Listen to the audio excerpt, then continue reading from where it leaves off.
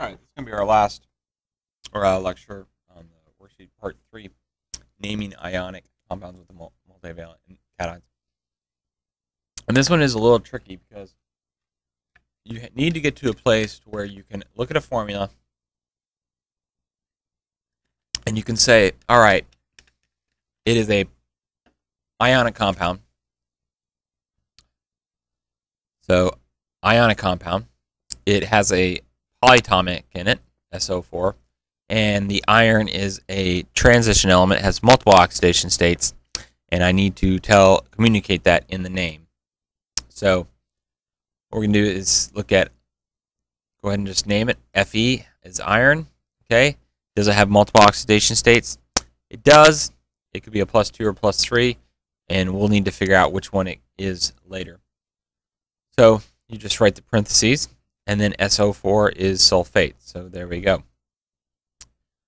Now, you need to realize that the sulfate is a -2 charge. Sulfate is a -2 charge. Zinging in here for a second.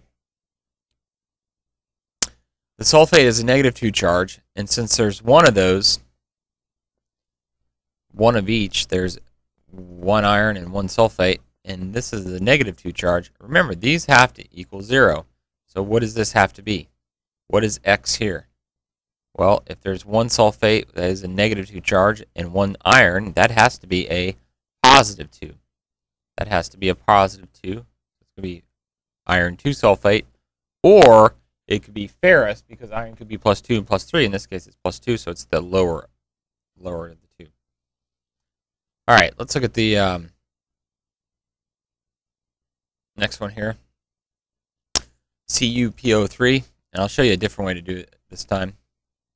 You're going to go CuPO3. Okay, so you need to say, all right, that's an ionic compound. It's a polyatomic, and copper does have multiple oxidation states. So Cu3, PO3, and I'm going to go ahead and put the 1 here. Okay. Now, the easiest way to do it is just to uncrisscross. There you go. So, all right. The other way to think about it is you have to know that phosphate is a -3, and if there's one of those, 1 times -3 is a -3. Okay, and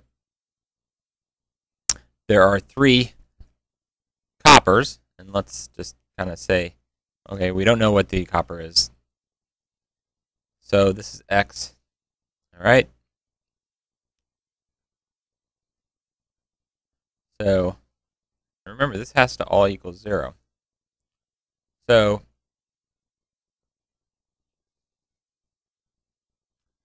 this would be 3 times X, would be 3X. So 3X equals 3. And then you're going to divide each side by 3. X equals 1. So there we go. This is now 1. Again, the easiest thing to do is just uncrisscross. But you can't go through all the math formulas to get to solve for X. Again, these are a little tricky. These are tough. So let's look at these two real fast.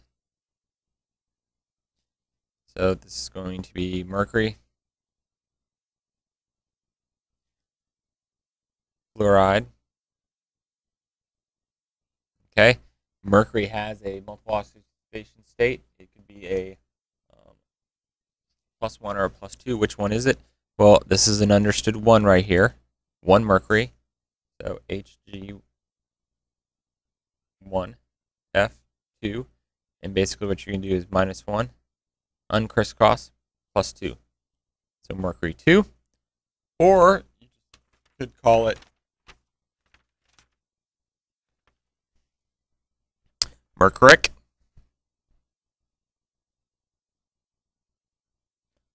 Fluoride. All right, this one's going to be iron.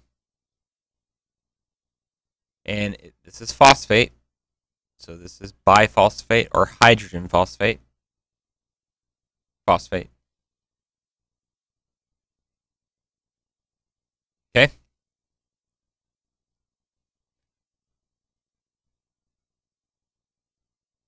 All right, now put this in parentheses.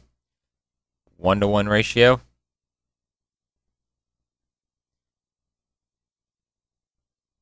-1, +1. Okay. Go to iron. You say, okay, iron could be +2 or +3. Uh-oh, it can't be a +1. So what's going on? Well, what happens in this case is the charge on phosphate is -3. The charge on hydrogen is +1. So this whole thing, this whole polyatomic, is going to be a -2. So this has to be a +2. So we're going to say iron 2. Is it ferric or ferrous? It's going to be ferrous. Now this one this one's pretty tough. Pretty tough. You can get this one, you're on the ball. So these.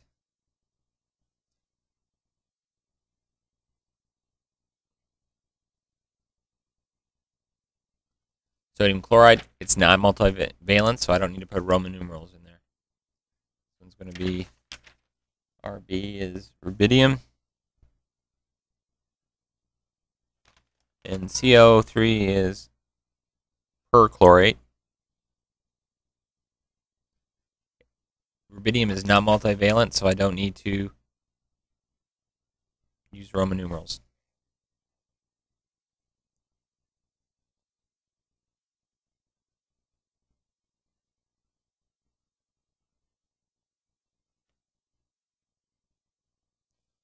No, calcium's only +2, so no need for Roman numerals.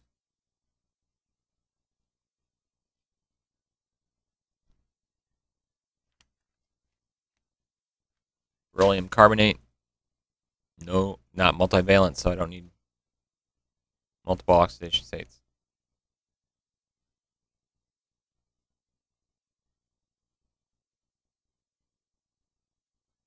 Zinc oxide. Okay, now here we have a polyatomic phosphite, and we do have a multivalent. So we're going to uncrisscross. So we're going to go 10, Roman numeral 2, phosphite. Or you could call it 10-2, can also be called stannous. Phosphite. And again, I got the name from the back of the my periodic table.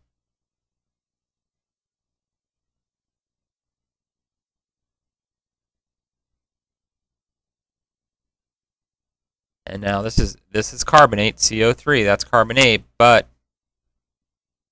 H, we can call it hydrogen carbonate or bicarbonate.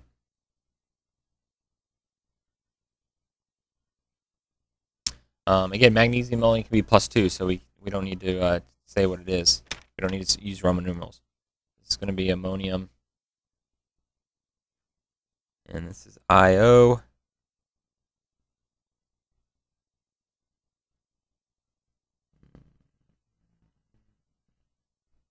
Hypoiodite.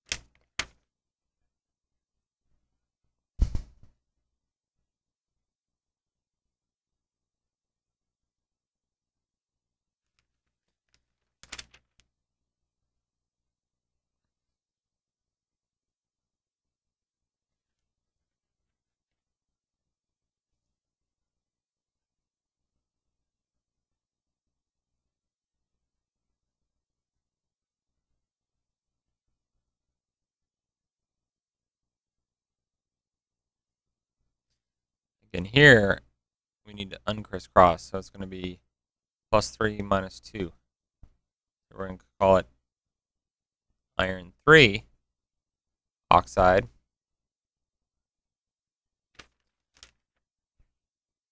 Or ferric oxide. Same thing here. This one, however, is iron 2 nitrite or ferrous nitrite. Down here, it's going to be tin 4 bicarbonate. Again, the 4 is going to uncrisscross, and the 1 here is going to uncrisscross. Plus 4 minus 1, so we know it's tin 4.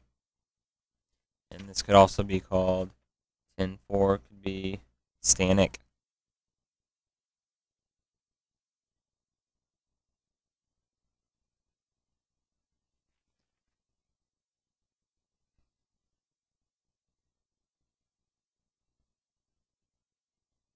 Let's look at a couple more here. Let's zoom in on this one.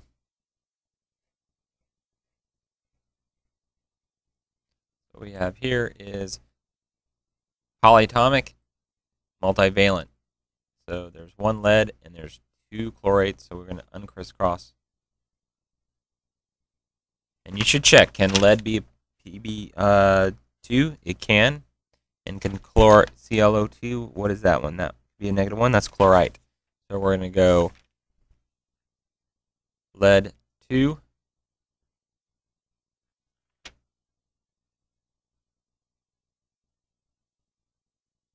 Chlorite. Or it could be lead 2 could also be plumbus. Chlorite. Okay, that should be enough practice. If you have any other questions, bring them to class, and we'll deal with them there.